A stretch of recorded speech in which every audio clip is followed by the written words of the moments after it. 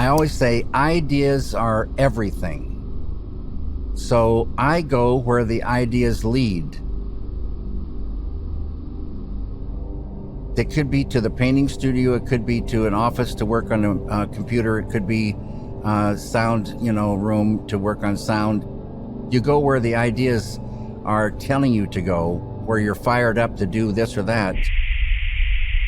And that leads you, to those places.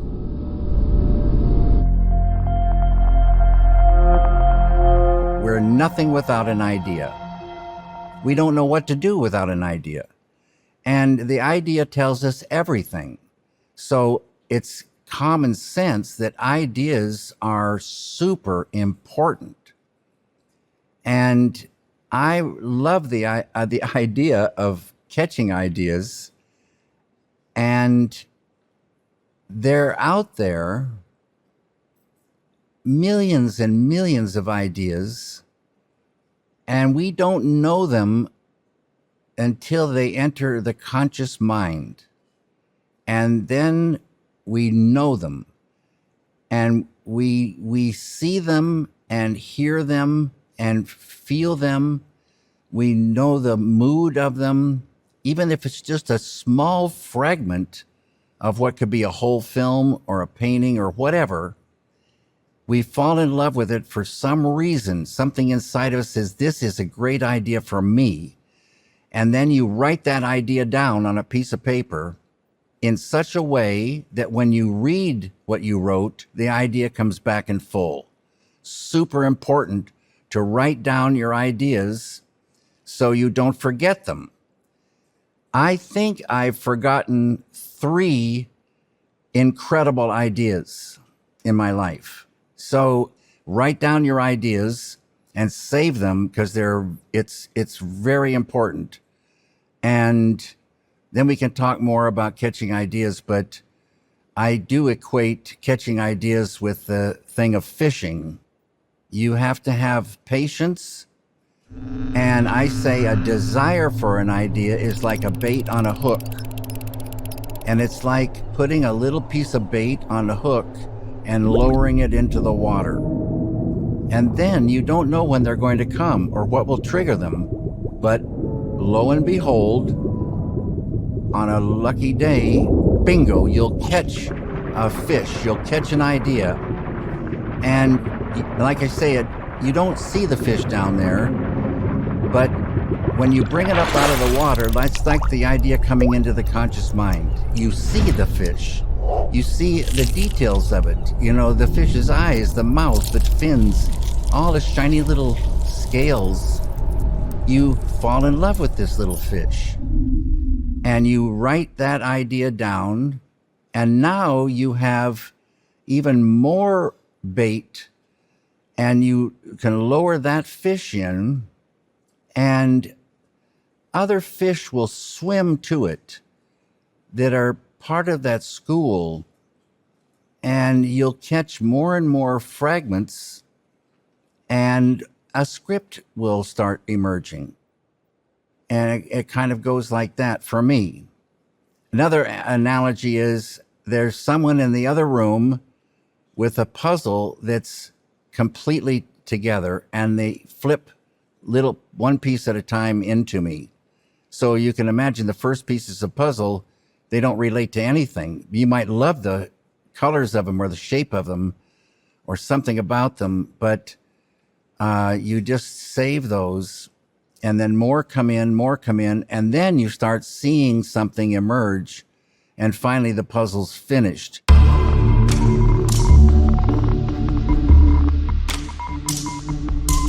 When we get an idea that we love, it feels very, very good. You see it and feel it and know it all at once, but it's all at once, and it comes with I always say, like a spark of electricity, inspiration kind of thing.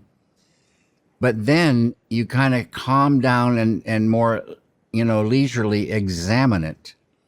And on examining it, it's like you turned on your TV and the first thing was like a white flash, and then it kind of, comes into, it pops on an image, and that's the image.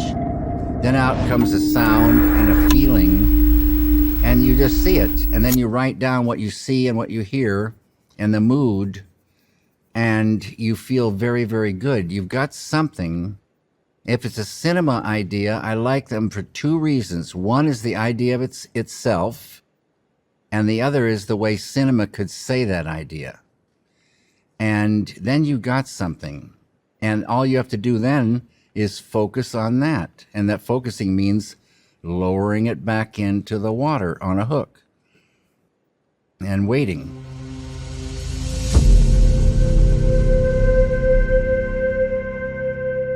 I say intuition is the number one tool, really, of the human being. Intuition, the way I think about it, is mind and emotion, intellect and emotion together. It's a feel thinking. It's a knowingness. And it is extremely important. Everybody has this, but I don't think everybody has the same amount. It's like consciousness. They say every human being has consciousness, but not every human being has the same amount. The potential, however, for every human being is infinite consciousness. Enlightenment, supreme enlightenment. And we could talk about that sometime too. And intuition is tied tightly to consciousness. You can't just wish for more intuition. You can't just imagine you have more intuition. Same way with consciousness. You can't just wish for more. You can't just imagine more. You got to go where it is and get more. It's like fishing. You can put your hook on a desert and lay it on the desert in the sand. You wait for a long time for a fish, maybe huge ages of time before water and fish come. Anyway, so you've got to go where that the treasure is. I guess the analogy is the chef doesn't make the fish. The chef just cooks the fish. And the chef can cook it really, really high-end, fantastic, or it can cook it very poorly, maybe not even cook it all the way through and people get sick.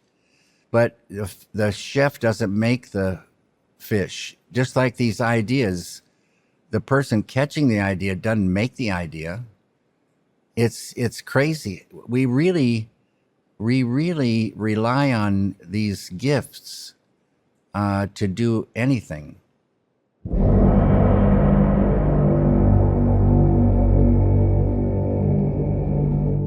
A lot of ideas come from our world, and our world holds a lot of violence.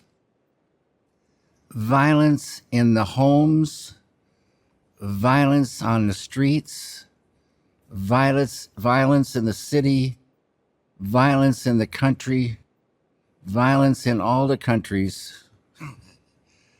A lot of violence, a lot of corruption, a lot of suffering, a lot of tension, anger, hate, fear, a lot of mistakes. Prisons are full, hospitals are full. It's a mess. And it doesn't have to be this way, but it is the way it is. And ideas come from our world. Stories emerge from our world. And stories involve things that are in the world. You know, I always say, have the suffering and the violence and all the things of human nature, negative and positive, in the script, in the film, in this book, but not in your life. And that you don't have to suffer to show suffering on the screen or in a book. You can be very happy showing suffering. And that's the key to things. Stories all through time have had conflict and all these different things. But the ideas come from the world. They come from other places, it seems also, but a lot come from just our world, and the feeling of being in this world conjures these stories that come.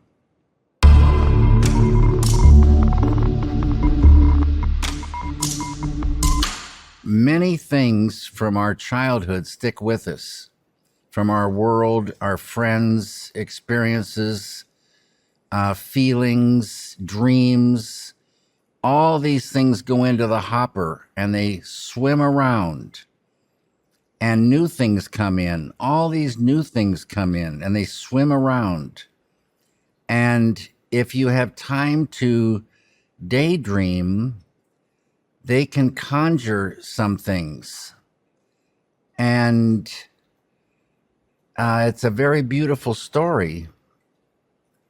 And everybody has these things swimming about, and the possibility is there that they can trigger ideas. Everyone's hopper is pretty full, and they say that the window to the hopper is wide open when we're growing up, taking in all these things. And for safety's sake, that window starts closing at a certain point, and you start working with what you've got in there. There's a story when I lived in Boise, Idaho, on Park Circle Drive.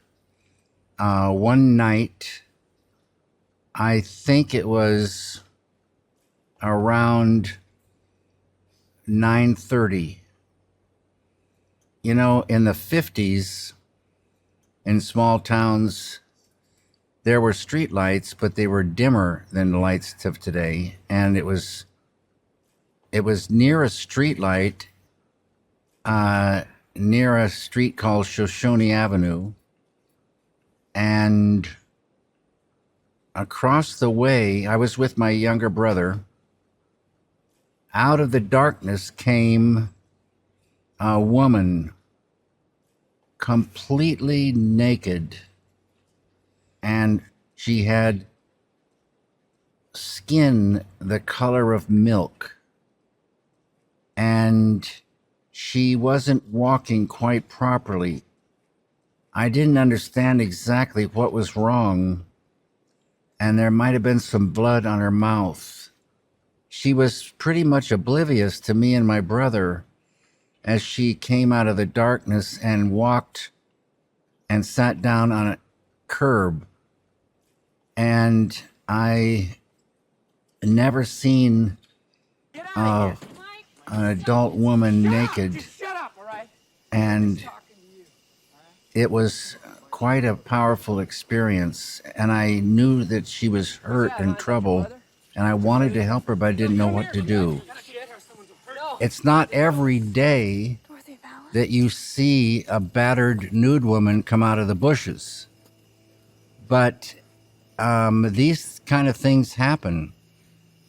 And in this story, this happened. Right in front of your own stupid house.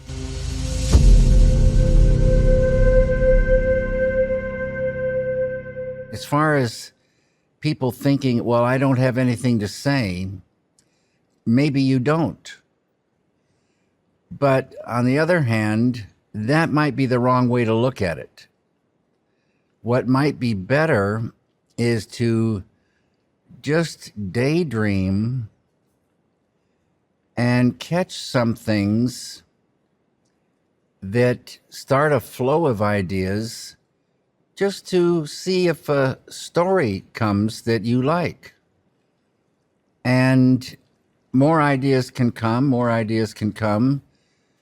and there might be something that you find inside that you really love. And then you say, oh, wait a minute, I do have something to say. I could say this thing that came to me. So it goes like that.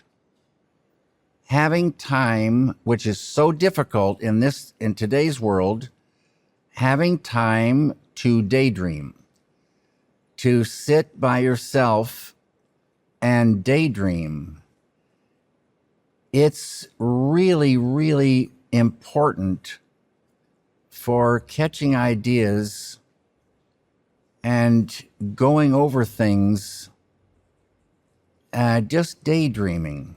From the outside, it looks like maybe you should take this person not necessarily to a hospital, but to maybe a psychiatrist, or you tell them to get a job. But it's real important. It looks like you're doing nothing.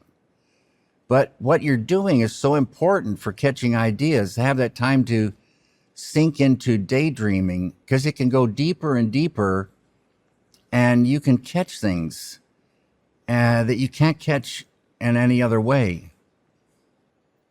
As I said, I think that in this world today, people don't have a lot of time to daydream. But that's where one place where it can happen.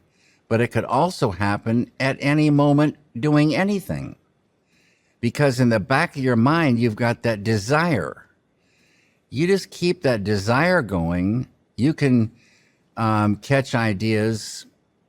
These fish can be flying fish. They don't need the water. They fly right to you.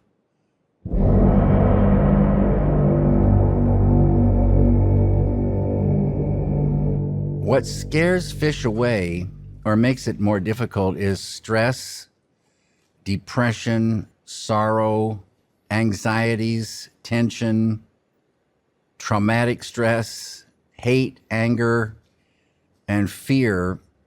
All these things are in the family of negativity, and they restrict a lot of things. They restrict happiness and they restrict, sleep, and you get fatigued.